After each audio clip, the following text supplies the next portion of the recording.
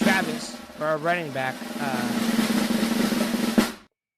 excuse me, I'm having some technical difficulties, but Travis Etienne will be a top 15 running back. And I know some of you may be thinking, well, that's not very bold. You just said top 15. He doesn't really have to do a whole lot to be a top 15 back, but Etienne has been a polarizing player this offseason where, depending on who you listen to, they either love him or they really hate him as far as what he's going to do. And I think there's just a shadow of unknown, right? So let's review Travis Etienne. How do I get to where I think he's going to be a top 15 running back this year? Last year was basically his rookie year. Yes, I know it was technically his second year, but it was his rookie year last year. We're going to just say it was his rookie year because it was his first year playing in the league. So that is by de facto his rookie year. He also is coming off a Liz Frank injury the year before. So we have 1 year. That's his rookie year, his first year in the league, and off an injury. This is also the year where it's Doug Peterson's first year with the team. They are figuring out what they want to do.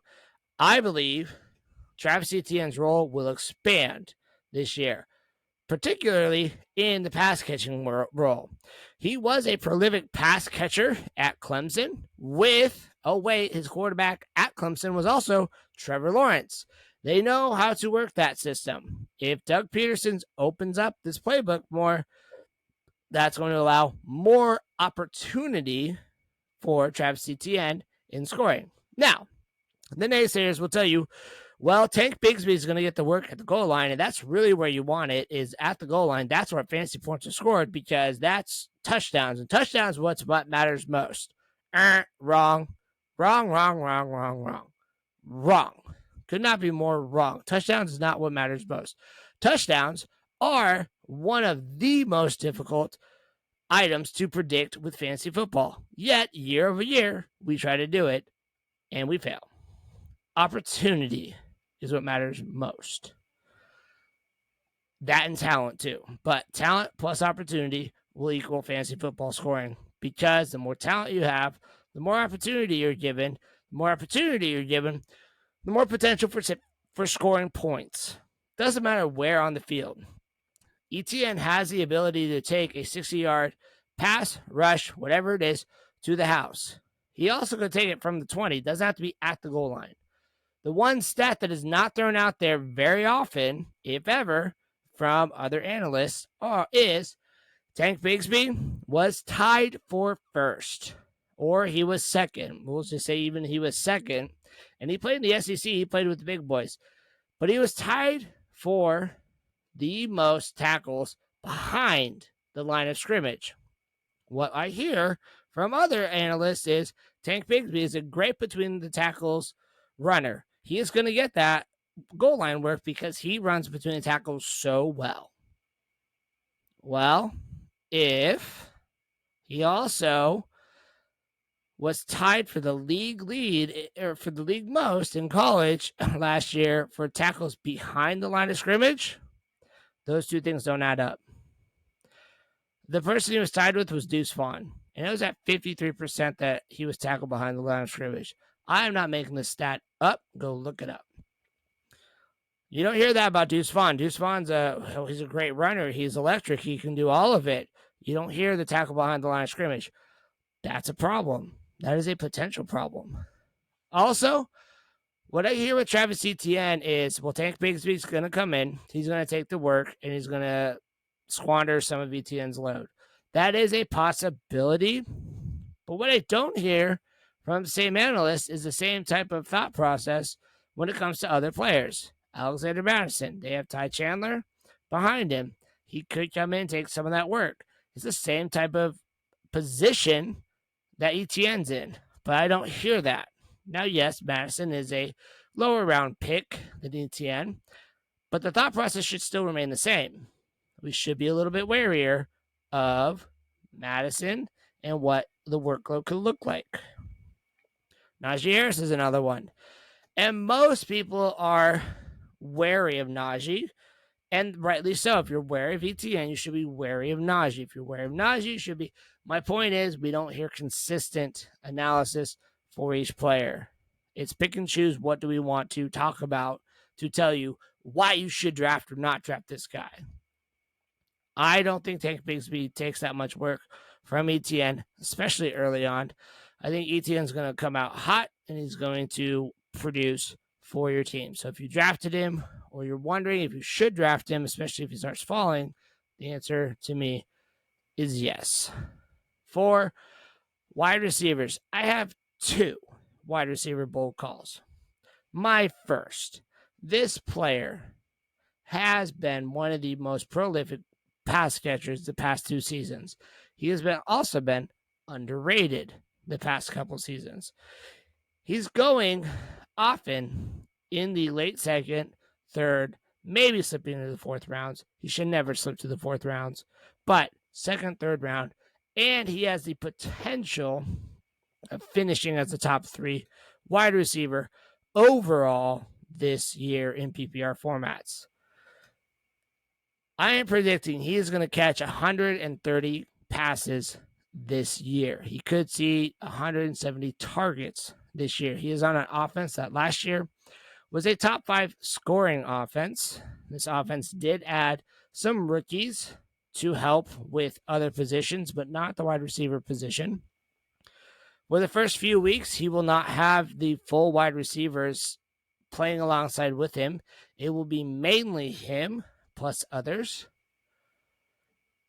If you haven't caught who I'm talking about, it is the sun god himself, Mr. Amon-Ra St. Brown, the sun god. He's going to have 130 catches. And by having 130 catches this year, he will pass Justin Jefferson for the most catches by a wide receiver by year 3. Currently, Justin Jefferson holds that. This year, Amon-Ra St. Brown will have 130 catches and will be the wide receiver that holds the most receptions for any player, for any wide receiver in a 3-year span. That is wide receiver bold call number 1. And I do have Amon-Ra St. Brown on my fantasy team. I also have Justin Herbert on my fantasy team. I did not say that. I did not get Travis Etienne on my fantasy team, but I did take Najee Harris because Etienne went earlier in that round. And for the same reasons I said I didn't like how other analysts go about analyzing Etienne, Najee. I, on the other hand, saw Najee as a similar player to Etienne, a little less talent, but very consistent. So it was okay taking him. Full disclosure there. Last one, and I do not have this player on my fantasy team. Not a lot of people are going to have this player on their fantasy team. They may have, well, this involves 2 players, but I don't have either on my fantasy team. I'll just put it that way. So, wide receiver for the LA Chargers. I'm going to pair up an LA Charger. Josh Palmer. And I know some of you, half of you probably just said, who?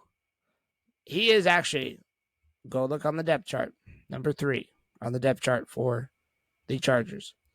Will outscore rookie Quentin Johnson this season. Yes, I said that. How is he going to do that?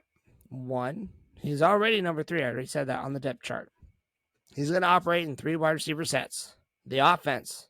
We already talked about Justin Herbert's bold call. They brought in Kellen Moore. They're going to score points. This is going to be a fast-paced offense. This is going to be very exciting to watch, in my opinion. I've also laid it out on previous shows, and this is where a lot of people will disagree with me. Quentin Johnson, what we liked about him coming from TCU, coming from college, remind me very much similar to players that have busted in the NFL. The stats that are told are all after the catch. In the NFL, you need to have something before the catch that will set you apart. I do not think Quentin Johnson is going to be a thing. Even if he does outscore Josh Palmer, and even if he is a thing this year, I'm going to stick to my guns. He is not going to be somebody I'm chasing next year or the year after that. It is not going to happen. I've seen it before. Players like him do not last very long in the NFL. Go look up N'Keal Harry and compare his stats coming out of college to Quentin Johnson. That should scare you if you haven't done that yet. Okay. We will be doing, like I said, this is our last of the fantasy football draft season, and we're kind of having a little fun here, but we're going to look a little forward to week 1. We're going to have a week 1 show where later on we're going to highlight some matchups. Not every matchup. We'll probably do a quick rundown, but we'll highlight some matchups and some sleepers for that we like for week 1. But I'm going to give you kind of a preview for week 1 of who I like sleeper-wise, and then we'll have more of an in-depth breakdown later on. We'll get into a season form as we move along. So, quarterback, it should not be much of a sleeper, but I like Sam Howell this week versus Arizona.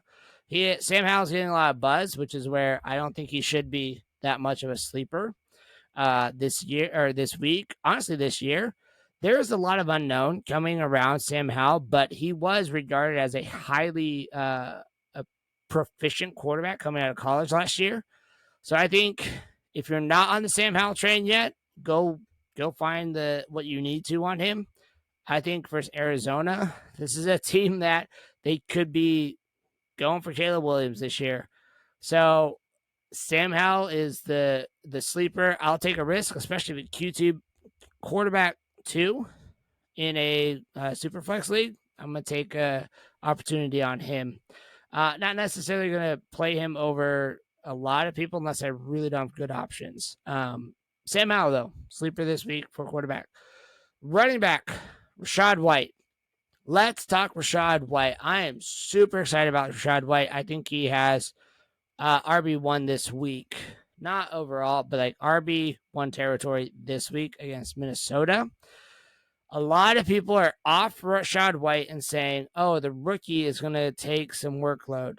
Let's pause there. Rachaad White coming out of college last year, if it wasn't for Breece Hall, he would have been the best running back coming out of college last draft. So we forget this.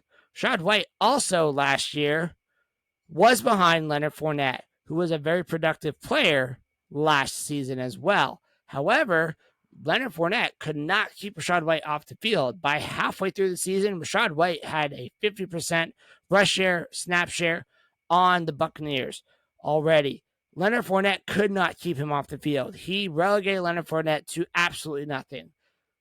Yes, the Buccaneers look to be a bad team. Let's also remember that quarterback Baker Mayfield last season with the Rams made Cam Akers a number 1 running back through the last 4 to 6 weeks of the season. That helped. It wasn't just Baker Mayfield, but using him in the pass catching role and what the offense was. Rachaad White played with this offense last year. He can do it again and with a different quarterback. This team was not anything special, even with Tom Brady behind center last year. The only thing it had going for it was it had Tom Brady, who knew more than 99.9% of people about how to play quarterback in the NFL. And Rachaad White, though, watch out for him. If you didn't draft him, I think you're going to wish you had. He was my keeper, and I'm playing them this week. So you know, I'm standing by this bold call here, or this sleeper here. He should not be a sleeper, but I think he could. Wide receiver sleepers. This was a little tricky because I was trying to dig a little deep and not just give, oh, I think this guy's going to be a sleeper, where everybody else is saying, I think he's going to be a sleeper too. Yeah, I don't want to sound like everybody else. We don't need just another person talking like what everybody else has out here. So I'm going to go a little bold here. And I did draft one of these wide receiver sleepers I'll talk about. I drafted Sky Moore. I think Sky Moore has a potential to be a sleeper this season. All the talk in the offseason has been with the Chiefs of, if you're not talking about, you know, the holdout with Chris Jones, it's all about Travis Kelce, it's all about Pat Mahomes. What are Kelce and Mahomes going to do? What do you think happened over the offseason? All NFL coaches that are going to have to face the Chiefs said, all right, How are we slowing down Kelsey Mahomes? What do you think the Chiefs did this offseason? How are we integrating the wide receivers more? I'm not out here saying Travis Kelce is not going to be the tight end 1 overall, but we have to be ready that it is the possibility and that the tight end depth that he had over the scoring that he had over the tight end 2 last year is not going to repeat.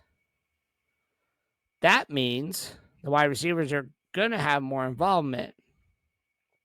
There's nothing but praise about Sky Moore this offseason. We saw in the preseason what we needed to. He ran with the ones. He's on the field in 2 and 3 wide receiver sets.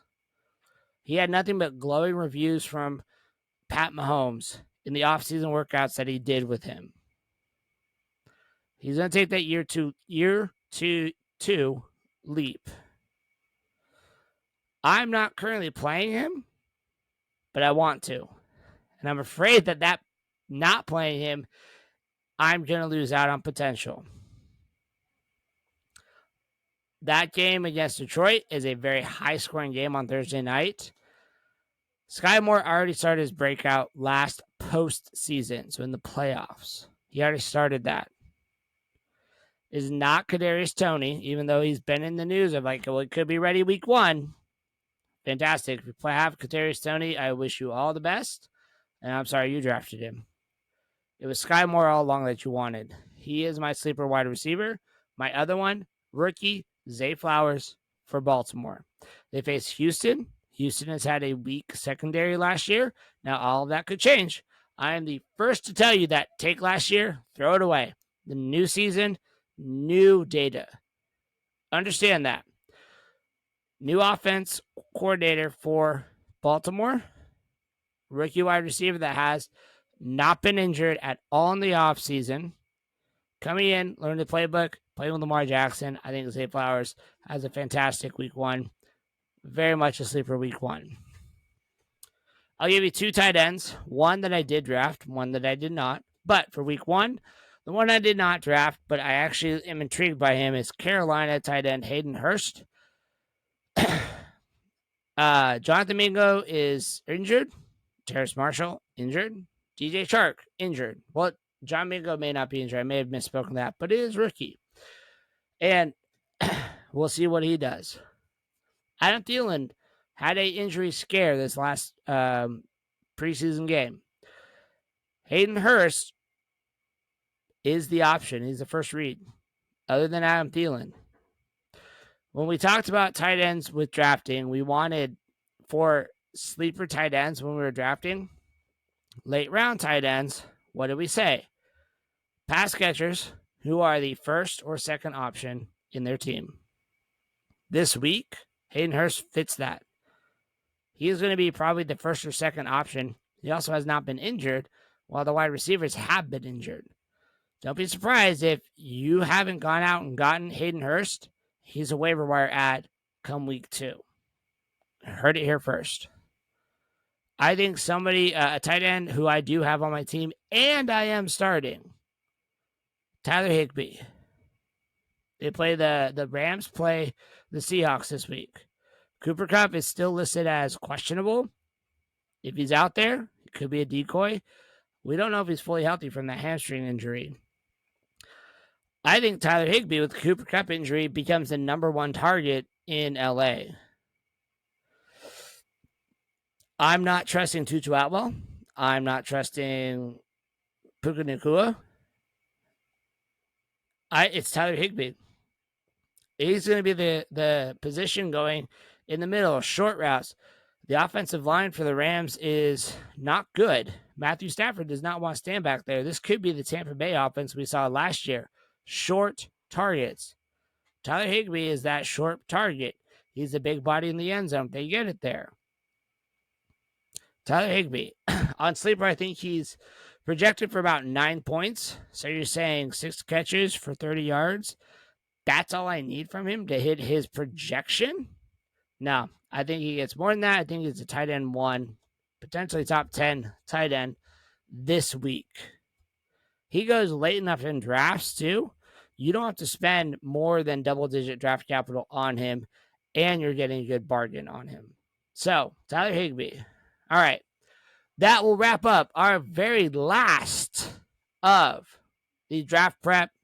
As we roll into the season, we are getting in-season ready for fantasy football. Thank you for tuning in. I will see you guys later on this week. We're going to have more NFL reaction from Thursday night game, plus preparing for our first week 1. And we all hope we are starting the week out 1-0, not 0-1. But for all of you out there, best of luck as we head into this fantasy football season. And if you're drafting, best of luck to you in your draft. You have prepared for this. You are ready for it. Go crush your draft and get season together. We will see you next time.